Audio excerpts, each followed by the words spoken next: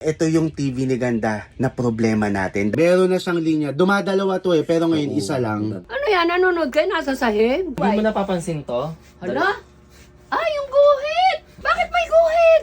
So ngayon mga kabagang ay sinimulan na nga po nating ipagawa ang bahay ni Ganda. Isang napakagandang balita. Pero ngayon ay meron tayong malaking problema. Dahil kung alam nyo naman, pinagiba nga po natin yung buong bahay ni Ganda. So lahat ng gamit niya ay nilipat sa bahay ni Lola. Ngayon, kinuha kasi ni Kuya yung TV ni Ganda. Kinuha ko to kasi napansin ko, nakapatong to sa pinakatuktok nung kinumpay nila lahat ng gamit nila mama at papa. Hindi ko lang alam kung may nakuhaan akong clip nakita yon, pero itatry ko ilagay dito yung video kung nakuhaan ko man yon. Wala akong mapanooran TV. Nandun po sa ano. Nasaan? Nandun yung isa. Saan nakalagay? Ayun sa ibabaw. Kapag gusto mo ng TV, pumunta ka sa amin. So nakita nga ni Kuya na itong TV ay nandun sa pinakataas. Ngayon, syempre, alam naman natin yung mga ganitong klase ng TV. Medyo sensitive talaga siya. Bilang naipatong nga siya dun sa taas. Nakapatong siya, tas ito yung nasa ilalim. So it means yung binuhat siya pag ganun, papatong nun, nakahawak dito yun or nakahawak dito yung mga kamay nila. Yun yung theory mo lang. O kasi kung pahigatong ganito, dito yung hawak nila. Pero since nakataob siya, Nakataob siya, dito yung hawak. itong TV na to mga kabagang, regalo kasi namin to ni Kuya kay Mama. Pero bago yon, di ba binilan mo na siya ng TV? Oo. Mga 2016 yon. Ano yun, parang pa-Mother's Day ko sa kanya. Yun yung kauna-unang flat screen ng pamilya Smart natin. TV. So yung TV na yon mga kabagang, nagkaroon din yun ng mga linya-linya dahil naihian ng pusa. Yung pinaka-screen ng TV sira na. Ganito nga yung TV namin dati. Ayan, ganyan na yung screen niya. So guys, mga 2 years din yan ginamit. Yan, may line siya dyan, tas dito medyo malabo na siya. Medyo sensitive kasi talaga yung mga flat screen. So ngayon, alam ko, vinlog ko to kuya. Yung parang guess the price. Oh, yun nga, yun nga. Itatry kong isingit dito yung clip na vinlog namin to nila kuya. So ito na yung gusto mo mama. Oo. Sige. Saan natin ilalagay? Sa kwarto mo? Ano? Sa'yo yan eh. Gusto rin naman namin bilhan ng TV si mama. Kasi ngayon TV mo sa bahay, sobrang ano na, puting-puti na, di Bakit ba? kaya? Yan na yung TV ni mama. Ino-operate lang nila. So ito yung TV na yun mga kabang. Kung bibilangin mo, ito yung pangalawang TV ni mama na flat screen, Oo. na smart TV. 2019 pa to. Ibig sabihin, ganun siya kaingat. Kasi ngayon, 2024 5 years to mga kabagang. Thankfully, hindi naman nasira. Pero ngayon, bilang nakita nga ni kuya na nakapatong dun sa tuktok na nakataob, nagkaroon ka na ng...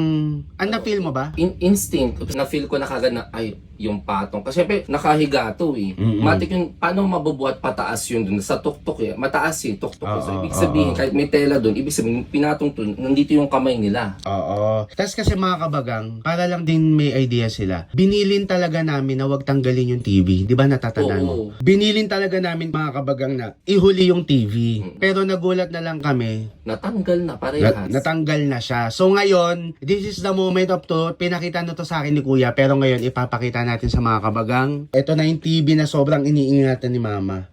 Boom.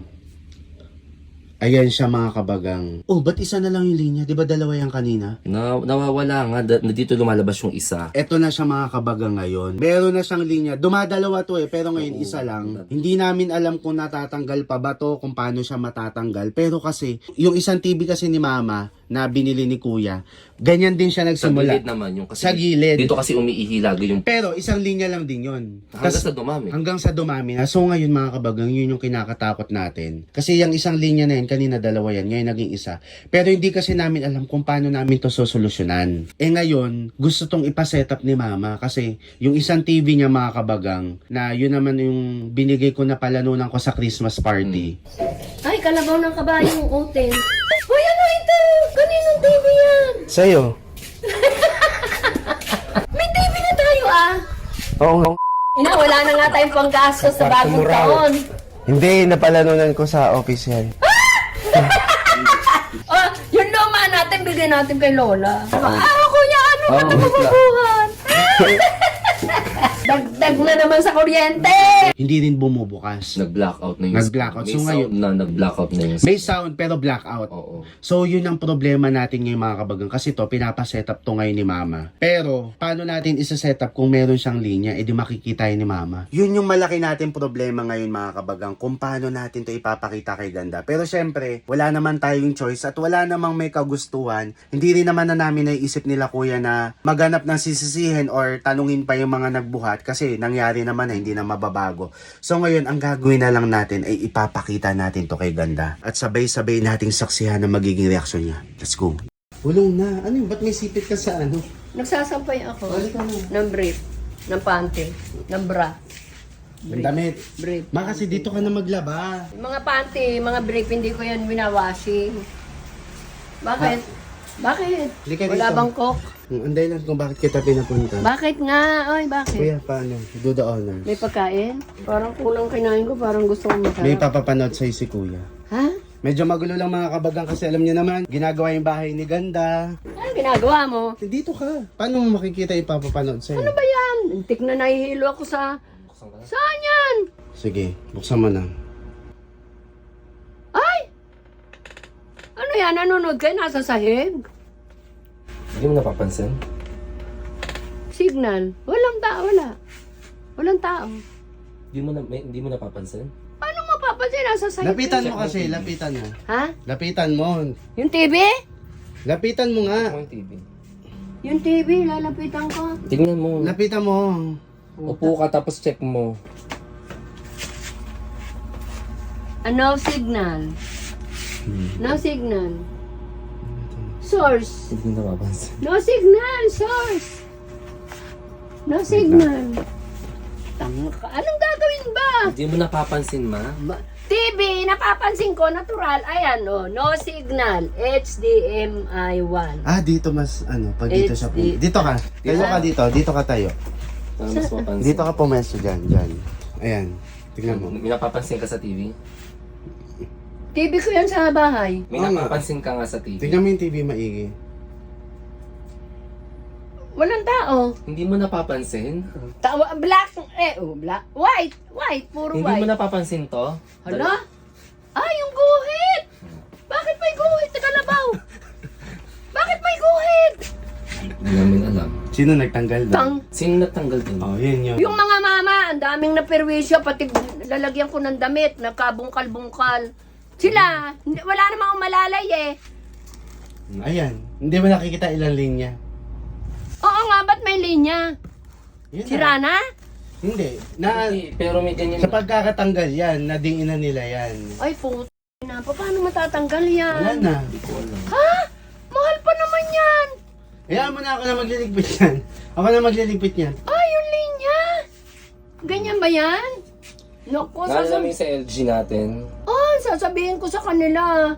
Hindi nyo iningatan. Hala, hindi na yan mapapanooran.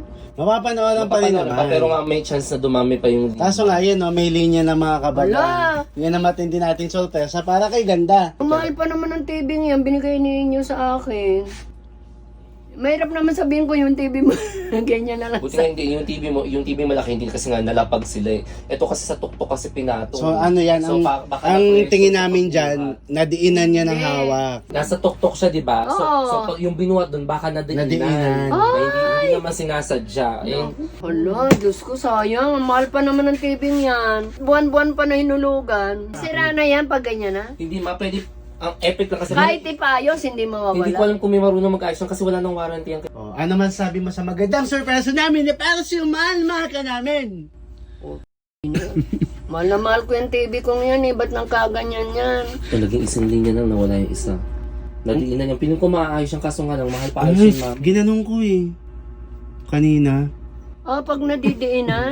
Hindi ko nga Hindi pinupunasan. gagi, ginanong ko kanina. Nawala. Baka... Iniingatan ko yan eh. Nakakatakot kasi. O yan na, okay na yun. Kaya mo na. Iniingatan ko yan, mga kabagang, mga... Mama, natatandaan mo kung kailan namin binili yan? Parang may okasyon din nun eh. Hindi ko alam kung birthday Ano yan, ko ma? o Mother's Day. Ano yan? Nadiinan na untog. Kumanto Oo. yan. Eh, paano nga itinaas? Ayun, yung antimano yun sa'yo, ay sinandal. Sabi ko na nga eh, bakit doon nasa taas yung TV, ang daming ano nila. Hindi sila magtanong, nanay, alisin po yung TV sa nilalagay. Hindi sila ganon. Baklas sila ng baklas. Inano anong ko pa nga gagawin? yan eh, baka malaglag. Tinakpan, kinover mo pa yun. O, anong gagawin? Pinuberan ko pa ng karton tsaka bedsheet. Eh, mahal na mahal ko pa naman niya. Mahal ko din yung kay Bunso. Kaya lang, yung kay Bunso, hindi ganyan kamahal. I-check. Pag pinagawa mo kasing ganyan, may chance kasi na parang bumili ka na rin ng bago. TV lang ang kaligayahan ko, masisira pa. Puto na. Oh. Huwag ka nang gumanyan ng mukha. Ay, hindi ako marunong umiti. Nadidismaya ako. Oh, tingnan nyo naman ang TV ko. Nagkaroon na ng guhit. Dapat yung mukha ko mayroong guhit. Mga pilegis, ang TV ko nakaguhit. Anong nangyari? Ingat na ingat po ako dito sa TV ko. TV lang ang buhay ko. Ito ang nagbibigay ng ligaya sa akin. Ang TV at ang mga animal ko. Ay, tingnan nyo naman, mapapanooran ko ba to? Ilang guhit yan? Naka, ang TV ko! Mapapanooran ko pa ba ito? Mama, makapanooran mo pa yan. Ang arte mo. Hindi nga! Paayos nyo ng kuya mo to! Paayos nyo! Ang TV ko, ang buhay ko! Ang TV ko, ang Ang buhay OA sa buhay ah. Ang OA ma. Ang TV lang ang buhay ko talaga araw-araw. Oh. Hindi yung asawa mo? Ano ba? Iba yon. Siyempre, yung TV nagbibigay buhay sa akin yan. Lalo na pag nakita ko yung mukha Eh di pag pinatay yung TV, wala ka na rin buhay. na mukha ni Vilma, mukha ni Marian, mukha ni Maine. Matapat yan sa guhit-guhit na yan. Di ang pangit na ng mukha nila. Eh paano pag mukha mo natapat dyan? Eh di bali ang mukha ko, okay lang ako. Wag lang yung mga idol ko. Ano ba yan? Kakaiyamot. Isang linggo na akong di nakakapanood eh. Tapos ganyan ang TV ko ngayon, oh. Pilegis. TV lang yan, napaka... Ay nako, hanapan ko pa kung mapapaayos ko pa yan. Hindi pwedeng wala akong TV sa bahay. Nakikipanood nga lang ako eh. Mapapanooran mo pa yan, may guhit lang. Eh, ayoko nang may guhit. Ang galing, ang ganda-ganda niya nung ano. Tsaka iniingatan ko yan. Ang mahal ng TV. Tumayo ka na. Ina. Anong gagawin? Ewan. Kukuha ko namang gagawa kung matatanggal yung mga pilegis na yan. Tangina. TV lang ang buhay ko. Ma, baka mamaya naman, pagalitan mo pa yung mga nagbuhat niyan doon. Wag Mga na. kabagang, yung mahal na mahal kong TV, iniingatan ko po yan. Diyos ko, naghanap ako ng tissue para mapunas-punasan ko ng alikabok. Basta, nalulungkot ako. Bigay yan ng mga anak ko, noon pa. Pero wag ka na magalit dun sa mga nagbuhat at wala namang maitutulong. Patamahin sana ako sa loto, bibili ako ng parang malaki. Parang malaki, so hindi malaki. Yung akasya sa bahay. Oh, wag ka na mag-ano dun ha. Pinakita lang sa'yo kasi syempre. Basta, nalulungkot ako. Ang pangit na ng TV ko. So masaya ka naman sa sorpresa. Dismayado ako, bunso. Huwag mo akong ano yun. Hindi, masaya ka naman sa sorpresa. Surpresa! Pilegis! Guhit-guhit! Ano to? TV to!